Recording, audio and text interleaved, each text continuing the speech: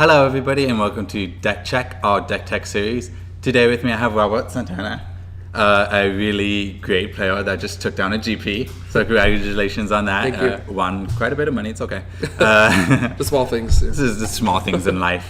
What's really important is Magic. So let's talk about his Jund Delerium deck. So go ahead and tell me about the main game plan of this deck.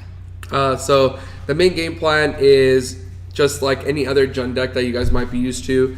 You kind of want to control the board early and then get to the mid to late game and then kind of just go over the top of what your opponent is trying to do and eventually just win with those kinds of cards. Okay, so what cards do you have in your list that go over the top? The two main cards that go over the top are going to be cards like Emrakul and Ishkana. Those are your two main win conditions in the deck, but you do also have Liliana as a alternate win condition. Yes, just like the modern Jund deck, this standard deck, if Liliana on 3 is uncontested, she's going to ultimate, and then that's pretty much good game. And she just takes over the game. Yeah. So you did mention Ishkana as a win condition. Mm-hmm. Is that specifically because of the body she brings along, or her drain ability? I mean, pseudo drain ability. Yeah, I mean, so both of those things are reasons to why that card is really good. So it's a 3/5 that brings in 3 more 1/2s if you have the Delirium, which is really, really good at helping you Pretty stabilize. consistent in this deck. Yeah, and her drain ability is really good at breaking board stalls. Mm-hmm. So if you're playing mirrors or you're playing against other Delirium decks or black-white or bat, where you guys just get into these really awkward board states where you can't attack and they can't attack, stuff like that. Ishkana having the drain ability will usually get you there. Yeah. So it's really good. And you also mentioned Emrakul, Yes. which is a whopping 13 mana, but as we mentioned, with Delirium as a package in your deck, she's going to be reduced. So what is the main cards that you have in your deck to enable Delirium? The 3 main enablers are going to be Grapple with the Past, Vessel of Nascency, and Liliana. Those are the 3 main enablers. Okay. And Grapple of the Past probably being the best one because I only see 4 copies while everything else is a 3 of. Yeah. Because it does mill you and you get to get back your silver bullets from the graveyard. Yep. It's a great card that makes your graveyard pretty much a second hand. Yep. And same thing with Liliana, because they're both going to be getting back creatures most of the time. You can get lands with Grapple of the Past, but that usually doesn't come up. And I also see that you have 1 Mind Rack Demon, which is a pseudo enabler because it does come in and mill you 4, but why specifically do you have it in your list as a 1-of? The only reason it's there as a 1-of is because it's not really great in some matchups, considering the bat matchup as being the one where it's not the greatest. It is good because it'll mill you for 4 cards, which helps you to achieve your Delirium for cards like your Emrakul and your To the Slaughters, stuff like that, your Traverses. But in the bat matchup, if they Reflector Mage it or they collect the company into Reflector Mage, stuff like that, it just does not feel good. Yeah, it just gets painful. Yeah.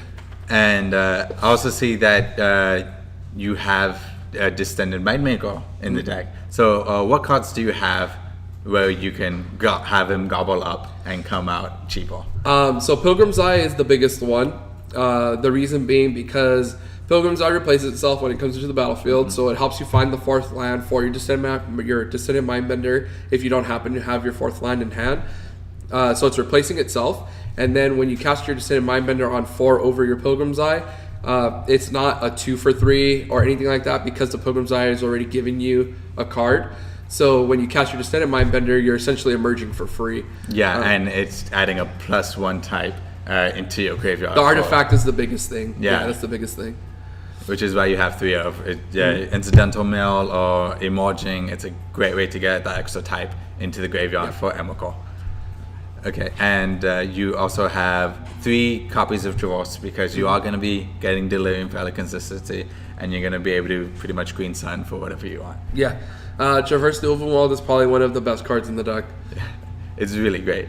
And it's also great, as I've seen you do this multiple times, when you don't have the correct mana or you need that extra land, just traverse without Delirium, get that land, it's still just as good. It's good early game and late game. It's a great card. One of the things I learned with playing the deck during the GP is that you can't be afraid to keep like one land hands, because sometimes your one land hands are just going to really pan out for you, especially if you have like Traverse. So if you have a one lander with Traverse, it's essentially keeping a two lander. Yeah. Because Traverse is just going to go find you a line anyway.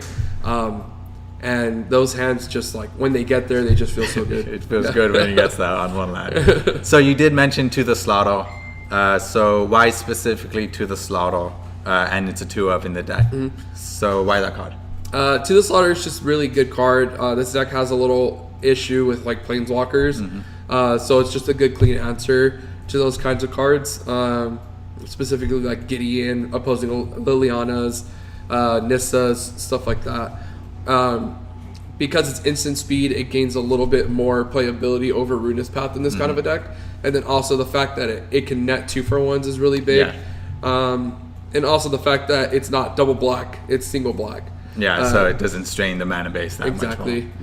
And if you're facing against a other green-black Emerald Core deck, if most of the time they have nothing on board and they just try to cast the Emerald Core, and it's like, okay, cool, it resolves To the Slaughter. You don't have anything. You gotta have my turn. You could have me attack into you, but I'm not gonna lose anything. Exactly. It's also out to cards like Ulamog and stuff like that. Fucking Ulamog. A lot of people forget about that card. Still drunk. Okay, so you also have 3 copies of Languish, and we are talking about a Jund deck, so those red. Specifically, I think mostly for Kozilek's Return. So can you tell me, first of all, why 3 copies of Languish? So Languish is probably just one of the better sweepers in the format. There's really not a lot that's going to survive through it. I mean, that's really it. It's just, it comes down on 4 compared to 5. So like in white you have cards like Planar Outburst and stuff like that, but like that one extra turn could just mean everything. It usually does mean a lot, which is why Wizards has themselves have said like, maybe we should be making 4 mana destroy everything spells. But you also have Kozilek's Return, which is a 3-of, which on the initial cast is not that great. 2 damage to everything, it could still be pretty good, which is why you want to have the red in the deck to be able to cast it if it's in your hand. But the second ability is really where the bread and butter starts coming in. So go ahead and tell me about that. So Kozilek's Return is the main reason why this deck wants to play red. It's really good against the field right now. It just kills everything. There's really not a lot that's going to survive the back end of the Kozilek's Return. 5 damage to everything is usually good enough for a lot of things. Yeah, exactly. And then, I mean, against like the red-white deck, the humans deck, the front side can be pretty relevant too. So you get like double duty out of it on the front and the back. But it's probably just the best sweeper in the format, especially when you have cards like Descendant Mindbender or Emrakul that can flash it back from the graveyard.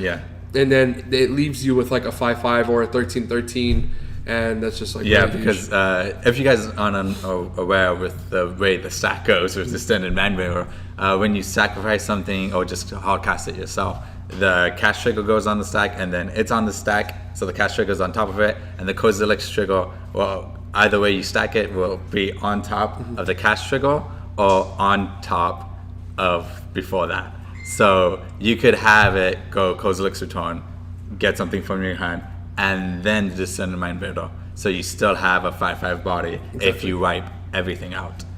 Okay. And you also have some spot removal and 3 copies of Fiery Impulse. So why that card? Fire Impulse is, it's probably, I think is the best removal spell in the format right now. It's 3 damage, which is really relevant because a lot of cards right now just have 3 toughness.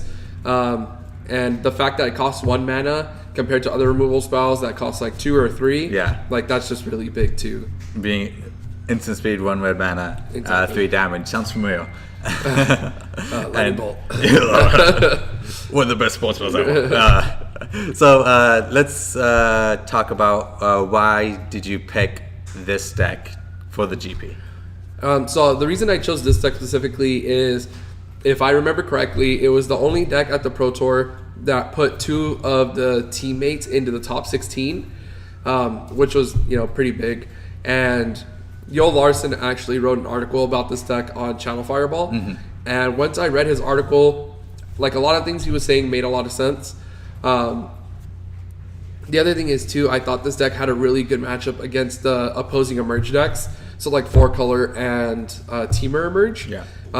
Simply based on the fact that you have access to instant speed removals to hit their Emerge targets. So like their Pilgrim's Eyes, their Nissas, their Gnar Root Dryads, stuff like that. And if those decks can't keep those guys on the board and use them to emerge, they just play like 8 drops.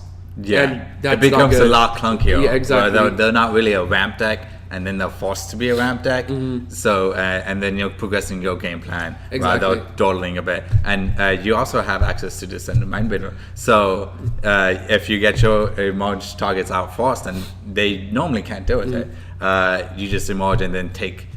Especially if you're like on the play. Yeah, if you're on the play against those decks, it feels really good. You get to go like Pilgrim's Eye into their 3 open mana and then Descendant Mindbender them, and you can take like their card that they were going to use to emerge, like Elder Deep Fiend, and you can take like a grapple from the past, and that's just like that's so big.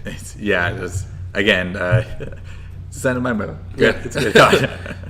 Also, this deck has really good matchups against the Black-Green Delirium deck, like the Sylvan Advocate, Tireless Tracker, like that deck.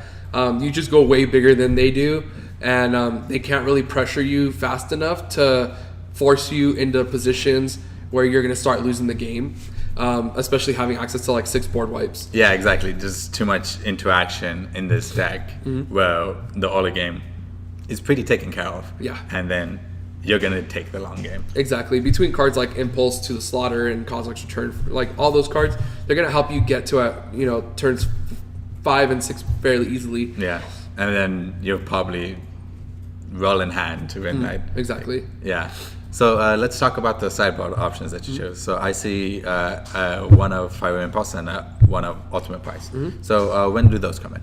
The Fire Impulse is coming in. Well, the Fire Impulse and the Ultimate Price are going to be coming in against like the aggressive strategies. So decks like Red White Humans. They can come in against the Blue Red deck because the Fire Impulse and the Ultimate Price are going to hit all their creatures. Yeah, all the Thermal Alchemists. And exactly. The Thing in the Ice, the Jaces, all those cards. All those, some strategies I've seen are starting to play Storm Chaser Mage, I believe. Yeah, I've seen some.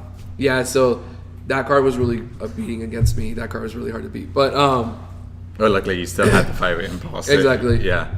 So it's again, Fire Impulse proving it's really good. Yeah. And you also have an additional copy of Languish in the side. Same reason. Aggressive strategies comes in against Bant. Yeah, just sweeping things up. Yeah, if they have to fight through 7 board wipes, like it's almost impossible for them to win the game. Yeah, they don't have enough of anything to take care of that. And I see you have 2 Pick the Brains. So what does these cards come in for? Because you readily can get to Delirium. Yeah. So what decks are you bringing this in for? So the Pick the Brain is specifically coming in against decks like the Mirror, the other Delirium decks, any kind of a ramp strategy, like those types of things. Like that's where you want that card. Yeah. Being able to like hit their Elder Deep Fiends or hit their Emrakuls or hit their Olomogs, like hitting their end game is going to put them so far behind that you pretty much just like run them over. I know the Teamer Emerge deck plays, I believe, Cokes. Like Yeah, Cokes they from the do Blind have Series. Alpsix. Yeah. Yeah, so but now it's like they have to spend 3 mana on Cokes to get the card they want back, and they're only getting 1 copy of it. Yeah, so instead of the 2 to 3 that they have main board, and then maybe the extra one that they bring in from the side. Exactly. So it's a great card, and again, you bring it in against the Mirror, which by the time you reach turn 3 or 4, those cards aren't on board, and it's likely that they probably have it in hand. So being able to get it from their hand, library, and graveyard is the important one, because if it was just those 2. And as you said, you mentioned the reason you want this over Infinite Obliteration. I can imagine it's because there's the extra black mana. You do have 3 colors to worry about here, so it's very straining on the mana base. But also, if you want to rip, let's say a ramp deck's ramp spell, and then they have to play a single land each turn and then try to get to the big game, it's not going to work out well. It hits any non-land. So Which it's is just, super relevant. It's super relevant, and it just feels great when you do it. It does. Probably not for your opponent. And you also have a one of duress. Yeah. So Just pretty self-explanatory. Yeah. It comes in the grindy matchups. yeah, of course, to see you have 3 transgress. Yep. Same Yeah. reason. Narrow Any match. deck, any matchup where your removal spells are dead, your discard spells are alive. Yeah. So you're gonna want, pick the brain, duress, transgress the mind in those kinds of matchups. And I could also see in the vein 2 den protectors. So you could grant out the late game more. If you use your discard spell, you pick the brains, you might want it back and then take care of anything you Pick want. some more brains. Yeah. After you've duressed them or, transgressed their minds. Yeah. And you have 2 Pulse of Marassa, which gains you 6 life and gets you a creature or land from your graveyard at instant speed. So the big reason for Pulse was in the original version of the list, it was playing 2 Nahiri's Rats. And going into Pro Tour, it makes sense to want to play a card like that because you don't really know the expected metagame. So when you're going into such an open field, having access to a card like Nahiri's Wrath could be really helpful. It was really in the deck to help combat like red-white humans and green-white tokens because you don't really have a way to interact with like the planeswalkers and stuff too well. Yep. But for the GP, a friend of mine, Jake, he played the deck on Friday in like this 25,000 ticket tournament that they have, and he never brought Nahiri's Wrath in once, and he said it was like the worst card in the sideboard, and he had died to blue-red burn I think like 2 times. Yes, which is a very popular and emerging deck. It is. So he suggested that we try playing Pulse of Marassa for the GP, and we did a bit of play testing the night before and stuff, and like some theory crafting, and it was really good. It essentially negates 2 of their burn spells, which is huge. And then usually in the matchup you want to bring in Den Protector as well because the deck can't grab Pulse of Marassa off of cards like Vessel or Grapple. You can't really hit the Pulse off of that, but you can hit the Den Protector off of it. So if you happen to use a Pulse early or mill a Pulse and you hit a Den Protector off your Grapple or your Vessel or something like that, your Den Protector essentially becomes Pulse of Marassa. Yeah. So it can be pretty big. That's 6 life, potential 12 life, and since you have 2 Den Protectors, it just gets crazy. You can loop them and it gets it gets great. So that's your anti-burn strategy. So you also have an extra Emrakul in the sideboard. So when does she come in? She comes in against the other grinding matchups: green black Delirium, black white control, the mirrors, other Delirium decks, stuff like that. That's usually where you want the extra copy. Okay. And then there's a one of Dragon Master Outcast. So why that's one little dude? So I couldn't really figure out why that card was good, and it was in Yo Larson's list, and I figured, well, I mean, he's a Pro Tour competitor, like I should just play it. Try it and see. Yeah, and honestly, that card really overperformed for me. Like if you go back and watch any of the games where I cast that card, it just looks insane. Like It does. it just looks unbeatable. Like they just stared at that card and they're like, how do I beat this 1/1? And then it's like, oh, 5/5 dragon, 5/5 dragon. And you're like, well, how do I beat those 5/5 dragons? Yeah, So- it's great because this isn't a really creature-based strategy deck. You really want to go after your spells to try to combat your Delirium and your interactive elements.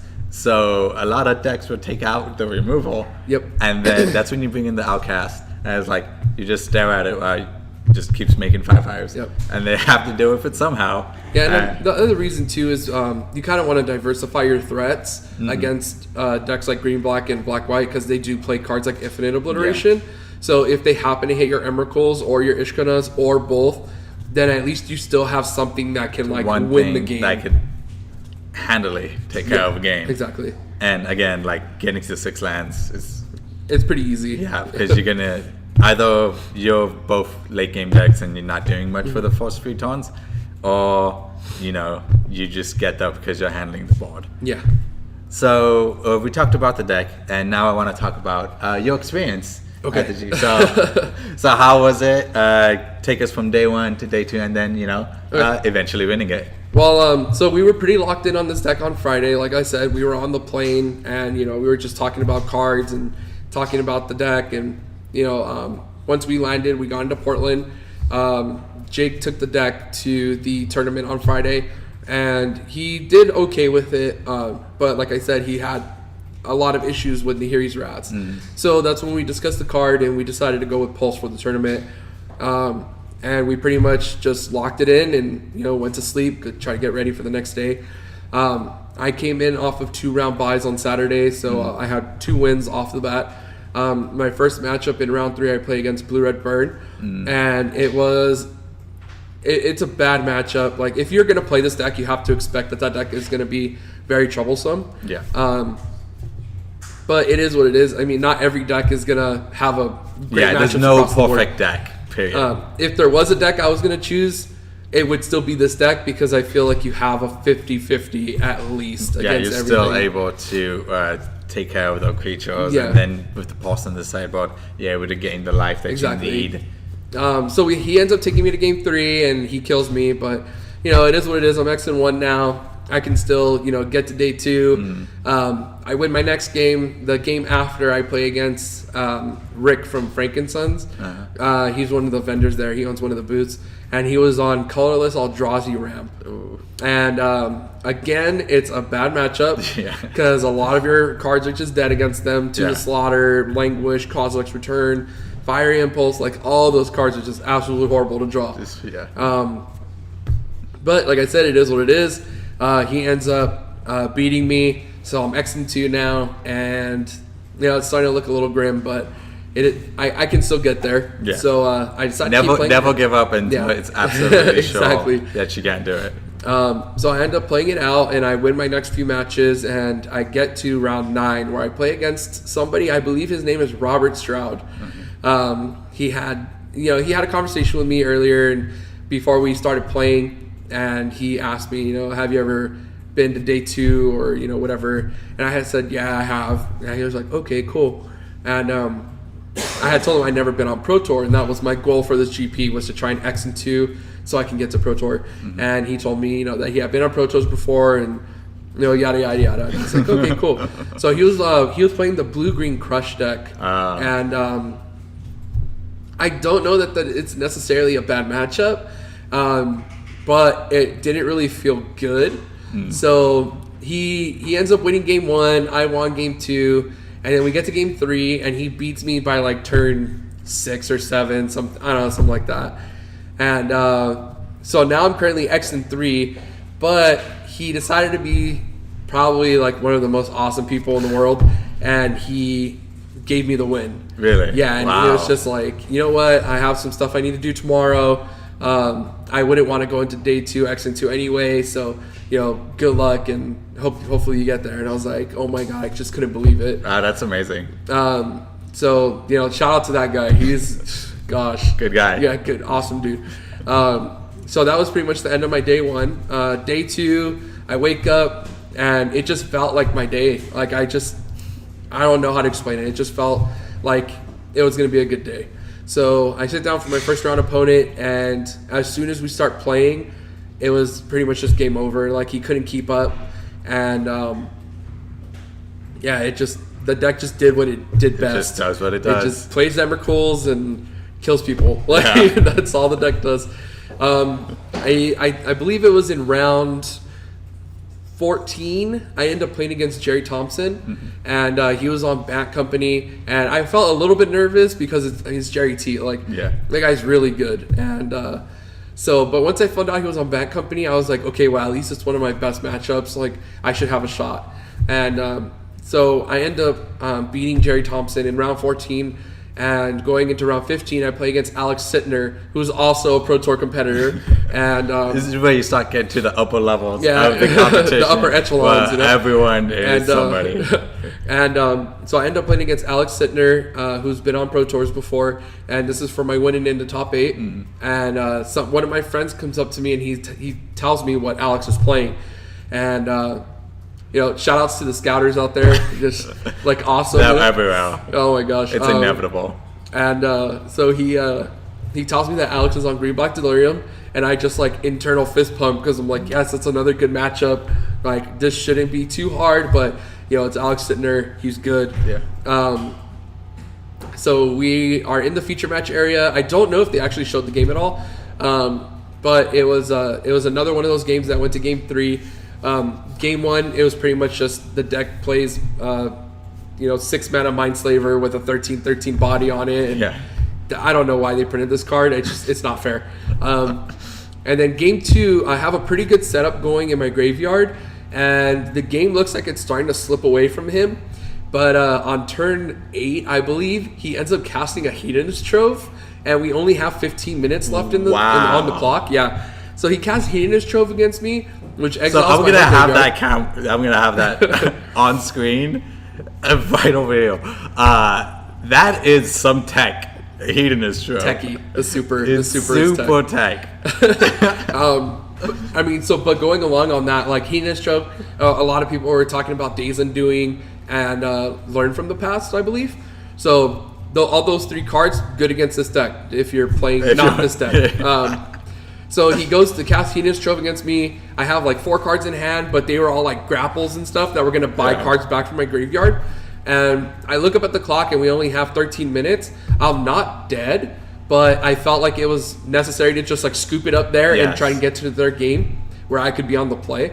And, on the play, have the time. Exactly. That's also really important. Know when to scoop. If you're like very far behind, and even though you're just not dead, your opponent can eventually like just drag the clock out. Yeah. And the worst thing in that position is to get a draw, because then nobody wins at that point. Yes.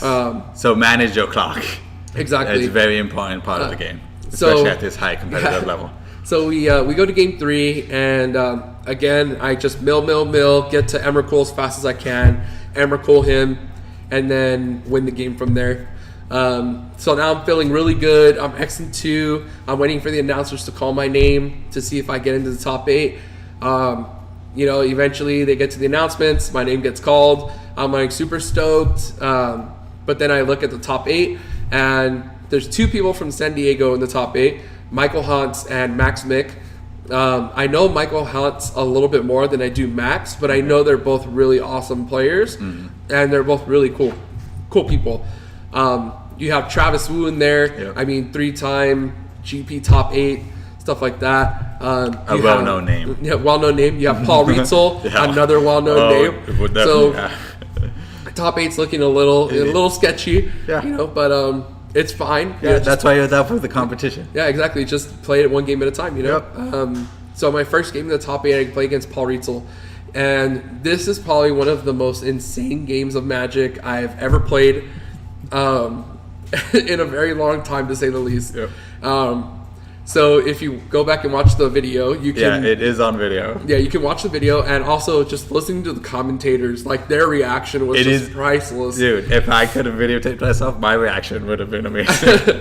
So I had made a misplay earlier in the game where I could have Reflector Maged my own Emrakul, yes. so then I could recast it on my next turn.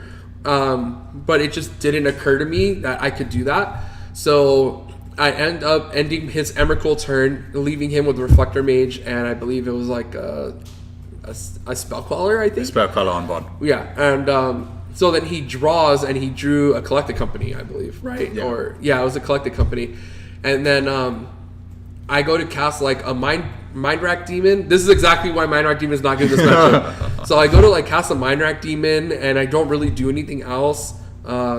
I believe I'm not like 100% sure, but anyway, it gets to a position where I'm gonna die, and all he has is a Spellcaller in his hand, and I have like 4 cards. One of them is a Liliana, one of them is an Emrakul. So I have 3 unknowns to him, and I pretty much just have to think of what my outs are at this point, and it's to play Liliana, hope he doesn't Spellcaller it, and then minus my Liliana, hope I hit the Kozilek's return, and then cast my Emrakul. The 2 cards that Liliana builds. So I go to cast a Liliana, holding up 6 mana, And he knows I have an Emrakul, but I have 3 more cards that he doesn't know about. So like the commentators were all talking about like another way that you could have won if you had Languish in hand. Exactly. Which is another reason to hold up Spell Puddle. Yeah. So it was a very difficult decision for him. Unfortunately for him. Paul, yeah, it was a really hard decision, but it was my only out to winning the game. Yeah. And I'm pretty sure what put the nail in the coffin on that decision is that when he looked through my graveyard, I had 0 Kozilek's returns. Exactly. So the likelihood of hitting a Kozilek up for 2 cards off the top of your deck was pretty insane. It was pretty good. And so he tanks for a little bit, but eventually he lets the Liliana resolve. And I just go, okay, minus mill 2. I hit Kozilek's return and Ishkana off the mill. And then I just like slam Emrakul onto the board, wiping his whole board. And then it was pretty much just the game. Yeah, that's game. You have a flying 13-13 travel. It was pretty much a good game. Yeah, and I mean, the only card he had left was a Spellcaller at that point.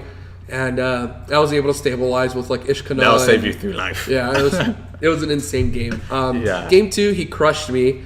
He just goes like Advocate into Tyler's Tracker into Gideon, and I was able to answer his first 2 turn plays. But once the Gideon hit, I didn't have the To the Slaughter, so I just died to the Gideon. Okay. Game 3 was a little bit different. It was pretty much like the same thing. My deck went over the top. I cast Emrakul a bunch of times and then won the game. So that was my first game of the top 8. Second game, I play against Von de Flo. I don't remember his first name, and I'm sorry. But he was also on Bad Company. Okay. And these games were a little bit more one-sided, I want to say. He took a mulligan to 6 in the first game, which kind of sucks, but you know, it's variance, part of the game. It happens. And then the second game, it seemed like he kept a 2-lander with some cards that he could play, but he just never drew the 3rd and the 4th line in time. And my deck was just going off. Like, I was able to cast Grapples, cast Vessels, play Ishkana. Like, it was just doing everything it needed to do. Just firing on all cylinders. Just doing everything. And I took that game down. And then there was the finals match, which was against Travis Wu on Black-White Control. And, Black-White Planeswalkers, as he says it. Black-White Planeswalkers. And this first game was also just super intense. Like, a lot of people just thought I was dead on board when he went, like, Oath into Gideon. Like, that sequence is crazy, by the way. Like, just Oath of Liliana, Gideon, make a 2/2, get a 2/2 zombie, and then you're gonna be swinging in for 9. Yeah, and it was just really insane. So he gets me for 9, and he tries to go for game on the next turn by activating his Shambling Events, but I have the Fiery Impulse to kill it, so it saves me a turn. Yep. And then this is pretty much where I just stabilize with Ishkana, and you can just completely see the power level of that card in that matchup. It's just Ishkana by herself, not that great. Ishkana with Delirium, amazing. Yeah, Ishkana single-handedly won me that game. Just being able to block, and then bring it back, or have another one, more blocking, until, guess what, I have an Emrakul. Yeah, and so I end up winning that game. Game 2, he made one like huge error, and I actually talked to him about it after the game. And when we got home from Portland, he sent me some messages on Facebook, and we talked about the game and stuff. And I guess there was one point where I was pretty much hellbent, and I drew for turn, and it was an Emrakul, and he had 2 decisions, which was infinite obliter, or not infinite. It was a Ruinous Path, my Nissa with Awaken to tap him out, or cast Ruinous Path on my Nissa, cast Transgress the Mind, and then not awaken the Ruinous Path. So I'm assuming what happened is that he thought it was just better to be the aggressor and not cast the Transgress the Mind. Yeah, so he ends up awakening the Ruinous Path. And I have the lands in play and the cards in graveyard now to cast my Emrakul. So next turn I just untap, cast my Emrakul, and then the game is pretty much just over at that point. She finishes out a lot of games in the standard Emrakul. So thank you for being here. Deck is really sweet. It's actually one of my favorite decks in standard. It might actually just be my favorite. But as you said, it's a lot of similarity to the modern version. Just the removal, the board wipes, the threats that have to be answered. and then your experience at the GP and inevitably taking it down. Congratulations. Thank you. Again. Thank you for coming with us. Thank you for being here. Thank you. I hope you guys enjoyed that video. See you next time.